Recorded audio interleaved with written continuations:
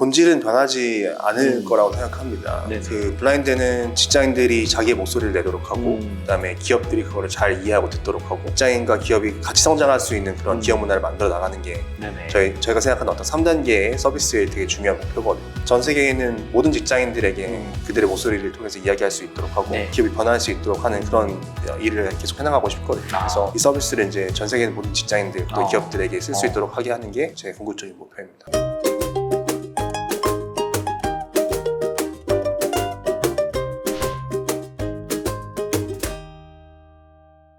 그럼 자연스럽게 우리 이제 블라인드 이야기를 좀 할 수 있을 것 같은데요. 블라인드 서비스야 뭐 여러분들 너무 잘 아시고 너무 이제 익히 한국에서는 안 쓰는 회사가 없을 정도고 한국에서 이제 뭐 주요 이렇게 말씀드리면 좀 저기 하시겠지만 주요 이슈를 가장 먼저 뭐 회사 관련된 이슈를 가장 먼저 확인할 수 있는 굉장히 좋은 매체로 발돋움을 했고요. 그거는 여러분들이 이제 잘 아실 것 같고 오히려 미국에서의 스토리도 또 궁금하고 미국에서 이제 지금 확장을 하시면서 한국과 미국의 오피스를 동시에 가져가시는 이런 부분에 있어서도 좀 궁금한데요. 이제 미국에서 회사들을 이제 중심으로 초반에 우리가 뭐 IT 회사들 중심으로 이렇게 확대를 굉장히 허슬하시면서 그것도 잘 확대한 걸 알고 있는데 그 이후에 다른 영역으로 이렇게 확장하시는 것 자체는 또 다른 모험이었을 것 같은데 그럼 어떻게 좀 이렇게 잘 세우셔서 진행을 하신 건지. 지금도 그 모험을 하고 있고요.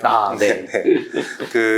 저희 서비스는 이제 한국에서는 거의 모든 업계에서 두루두루 잘 사용이 되고 있는 서비스고, 네네. 미국에서는 특히 서부를 중심으로 한 빅테크 인더스트리에서 이제 나름은 한국만큼 알려져 있는 서비스예요. 예를 들면은 여러분 다 아시는 뭐 메타, 애플, 구글, 마이크로소프트, 아마존, 뭐 우버, 뭐 이런 등등 꽤 유명한 테크 회사들의 이제 재직자분들이 이제 많이 사용하는 서비스고, 저희가 현재 서비스는 테크 인더스트리에서 꽤 유명하고 다른 업계로 다른 지역으로 계속 확장을 하는 중입니다. 그래서 서비스 그 자체로 굉장히 계속 성장을 해나가고 있고, 또 한편으로 지금 전문님께서 말씀해 주신 것처럼 저희가 어쨌든 더 건강한 이제 사업체로 성장하기 위해서 다양한 비즈니스도 열심히 해나가고 있는데, 특별히 이제 채용 사업을 굉장히 열심히 해나가고 있고요. 아직은 좀 초기고 앞으로 좀 갈 길이 멀긴 한데, 굉장히 블라인드만의 특징을 잘 살려가지고 좋은 비즈니스를 만들려고 열심히 노력하고 있습니다. 한국이랑 미국이랑 기본적으로 비즈니스의 베이스는 똑같아요. 저희가 이제 광고를 베이스로 하는 이제 수익 모델이 있고, 그 위에 이제 탤런트 사업들을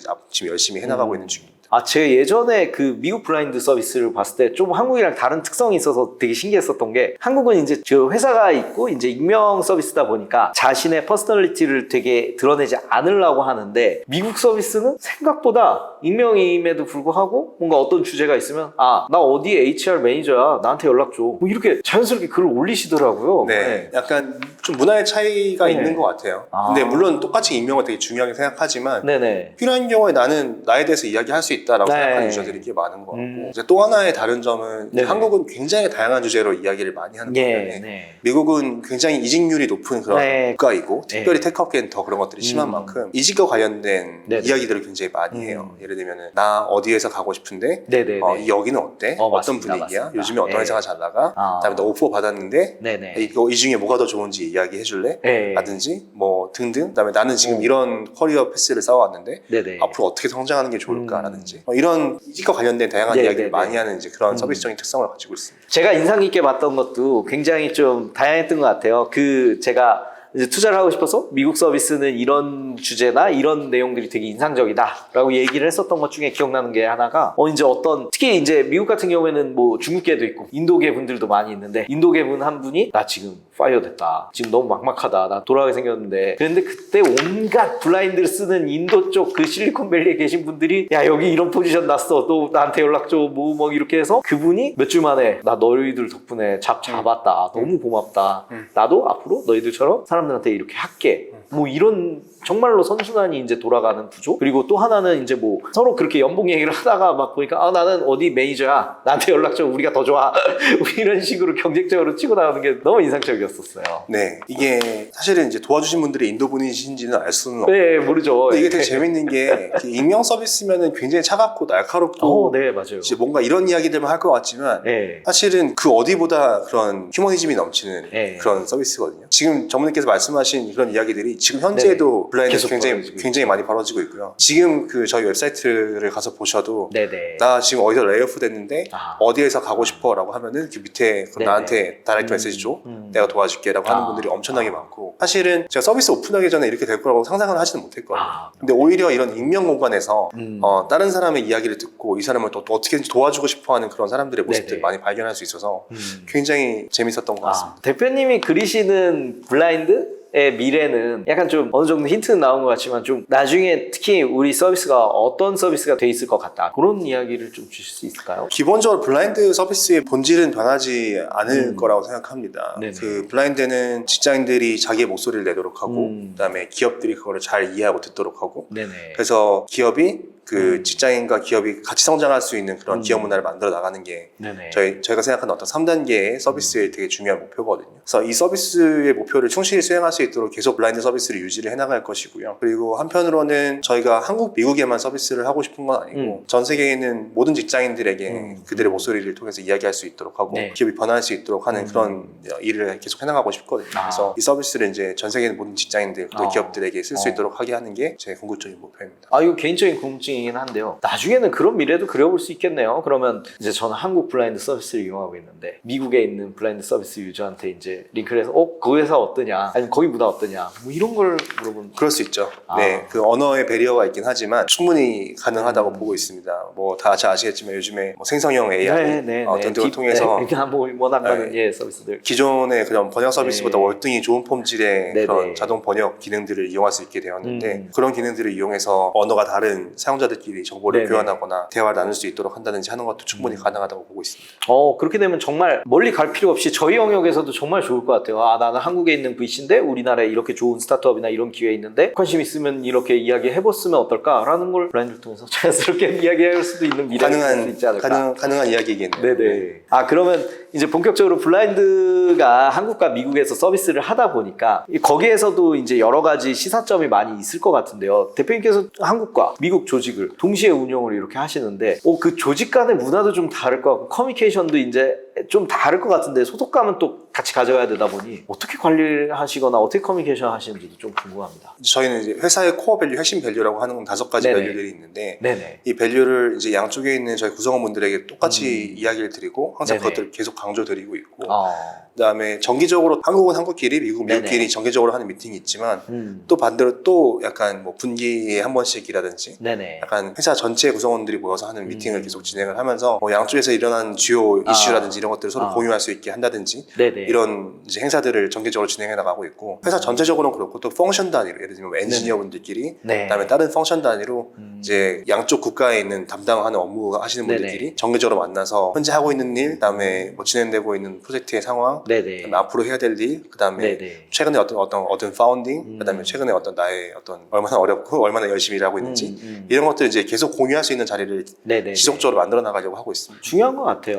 어쨌든 일부러라도 이야기를 해야 좀 더 가깝게 느끼고 좀 더 의논하거나 아니면 도움을 구해야 될 때 좀 더 편하게 구할 수 있다 보니까 그런 계기를 이렇게 정기적으로 만들어 주시는 거 그거 자체 굉장히 중요한 것 같습니다. 미국에서 실리콘밸리에서도 많이 이미 블라인드는 많이 알려져 있고 많은 투자들도 또 만나실 일이 많이 있으실 텐데 그 미국 투자자를 만날 때 조금 뭐 주의해야 되거나 아니면 좀 염두에 쓰면 좋을 만한 점 뭐 이런 것들이 있을까요? 사실 미국과 한국 뭐 어떤 국가에 있는 벤처 캐피탈이든 네네. 제가 생각하기엔 크게 다르진 않은 것 같아요. 네네. 근데 이제 다만 분명히 이제 한국인으로서 미국에 사업을 하는 네네. 한국인으로서 네네. 이제 미국에 있는 벤처 캐피탈리스트한테 갔을 때 그분들이 우려하시는 점들 네네. 분명히 있을 수 있죠. 이를테면은 제가 미국에서 나고 자란 사람이 아니고 네네. 미국의 문화에 익숙한 사람도 아니고 또 미국에서 굉장히 뭐 네트워크가 넓은 사람도 아니었기 때문에 친구들이 과연 이 미국에서 정말 서비스를 일정 수준 이상의 레벨로 네네. 성장시킬 수 있을까에 대해서 네네. 굉장히 좀 걱정을 하시는 분들도 많이 있었고 근데 저는 어떻게 보면 그런 걱정이 너무 당연하다고 생각하거든요.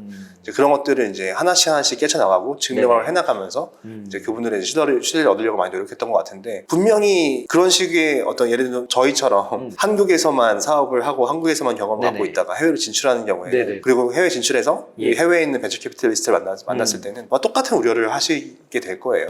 근데 그런 것들을 뭐 잘 설득을 해서 잘 설명을 하시는 것도 하나의 좋은 방법이고 또 한편으로는 직접 몸으로 증명을 해서 이제 그런 것들을 잘 이제 컨벤스 시키는 것도 되게 좋은 방법이라고 생각합니다. 원하는 수치가 분명히 있을 텐데 네. 이제 우리는 이만큼 이제 올라갈 계획을 가지고 있고 네. 이렇게 달성해가고 있다. 네. 뭐 이런 식으로 계속 공유를 네. 주시는 것도 되게 좋은 네. 포인트일 것 같네요. 네. 근데 분명히 현지에서 굉장히 미국에서 계속 살았고 미국 이 문화가 익숙한 사람들도 이제 회사를 시작을 하고 스타트업을 운영하다 보면은 네네네. 사실 성공하는 케이스보다 잘 안 되는 네네. 케이스가 훨씬 그렇죠. 월등히 많거든요. 그렇죠. 근데 하물며 이 시장에 익숙하지도 않은 외국인 네. 친구들이 와서 여기 사업을 한다고 했을 때 쉽지 않죠. 네, 이거를 그걸 어떤 신뢰하기는 사실 굉장히 네네. 어려워요. 그렇기 때문에 뭐 때로는 어쩔 수 없이 예를 들면 뭐 여러 가지 어떤 편견이나 네. 어떤 그런 그 챌린지들을 맞닥뜨릴 수밖에 없게 되는데요. 사실 근데 네네. 어떻게 보면 그 너무 당연한 일이라고 일단 생각을 하시고 네. 어떻게든지 내가 이걸 증명을 해나가겠다 이렇게 생각을 해나가시면 오히려 마음이 좀 편하실 것 같아요. 그리고 좀 연관선상에서 궁금한 부분이 또 하나 있는데요. 어떻게 보면 한국과 미국에서 각각 제로에서 뭐 10만 명, 100만 명, 뭐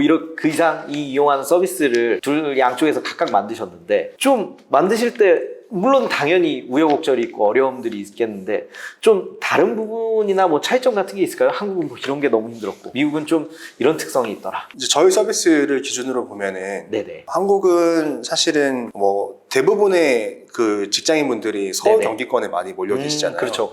그렇기 때문에 사실은 이분들이 생각하시는 고민이라는 게 거의 네. 비슷해요. 예를 들어 뭐 사회에 대한 이슈들에 대한 고민이 네네. 비슷하고 네. 그다음에 뭐 집을 구한다든지 아니면 가정을 꾸린다든지 연애를 네네. 한다든지 이런 고민들이 되게 비슷하고요. 심지어 뭐 서울 경기가 굳이 아니더라도 뭐 부산에 네. 사시는 분들이든 대전에 사시는 분들이든 비슷하죠. 직장인이라면 네. 그냥 생각할 만한 고민의 네. 어떤 그 도시에 사는 직장인이 네. 고민하는 종류들은 문제들. 거의 비슷하고 네. 누가 어떤 얘기를 해도 네네. 이 이야기에 공감해 줄 수 있는 사람들이 굉장히 많거든요. 음. 근데 미국은 굉장히 그 땅덩어리도 넓고 네네. 업계도 되게 다양하고 인종도 다양하고 성별도 네. 다양하고 종교도 네. 다양하기 때문에 네네. 이분들 간의 그런 어떤 고민의 오버랩이 굉장히 좀 적은 편이에요. 이를테면 서부에 있는 탑테크 회사에 다니는 직장인하고 네네.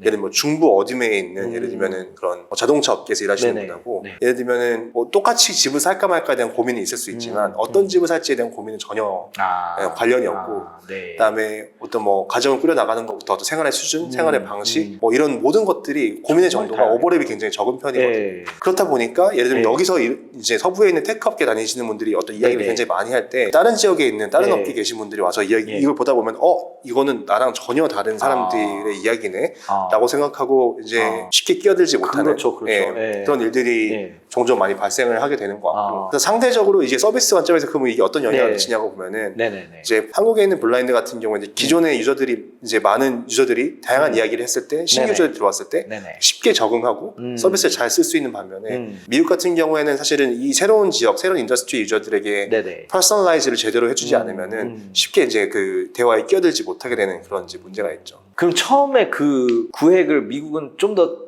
뭔가 정말 섬세하게 설계가 좀 더 돼야 되는 측면이 있네요. 네, 그래서 미국 같은 경우에는 네네. 일단 테크 안에서는 한 업계에서 굉장히 확실한 커뮤니티를 먼저 만들어내고 네. 여기서부터 확장을 하자라는 그런 전략을 갖고 있었고 그래서 한국처럼 굉장히 다양한 인더스트리를 한 번에 쫙 밀어 올라가기보다는 한 인더스트리를 확실하게 정리를 하고 여기서부터 네네. 순서대로 이제 뻗어나가는 그런 그림을 그리자라는 그 전략을 세우고 그 전략대로 이제 서비스를 계속 운영을 해나가고 있는 상황입니다. 잘 이해가 된 것 같습니다. 네. 예. 결국에는 미국은 다양한 인종이 섞여서 일을 하는 나라인데 전 결국 우리나라도 좀 당장의 문제는 아닐 수 있어도 결국에 인구 구조상 그렇게 돼야 된다고 보거든요. 저도 당연히 그렇게 된다고 네. 생각해요. 그럴 때 우리 서비스가 분명히 역할을 할 수 있을 것 같은데 라는 느낌의 그런 이제 다양한 인종이 왔을 때 야, 한국의 어떤 회사 어떻더라 뭐 이런 면에서 좋고 어떤 면에서 좋고 아니면 그 사람들이 자들끼리 이제 목소리를 제대로 전달을 못하지만 분명히 번역에 적용만 네, 있으면 그러니까 결국에 이 문화에 익숙하지 않은 사람들이 들어왔을 때 여기 되게 쉽게 적응을 해야 되는데 네네네. 반대로 사실은 그 사람들이 적응해야 되는 것도 있지만 우리나라 기업들 입장에서 이 사람들이 잘 적응할 수 있도록 도와줘야 돼요. 해야죠. 근데 아무래도 이제 문화가 다르고 이제 네. 머저리티가 아닌 마이너리티가 들어오다 보면 이 사람들은 자기의 목소리를 잘 못 내죠. 이제 내기 그렇습니다. 어려운 부분들이 분명히 있을 거고 그러다가 이제 혹시라도 이 사람들이 잘 적응하지 못하고 이제 떠나게 되면 우리나라에 대한 굉장히 부정적인 뭐 그런 인식도 인식이지만 이제 우리나라는 결국에 일할 사람이 없어가지고 그렇죠. 성장을 못하는 그런 일이 발생할 수 있기 때문에 결국에 이 사람들의 목소리를 잘 듣는 그런 채널이 굉장히 중요할 것 같은데 그런 의미에서 블라인드가 좋은 역할을 할 수 있겠죠.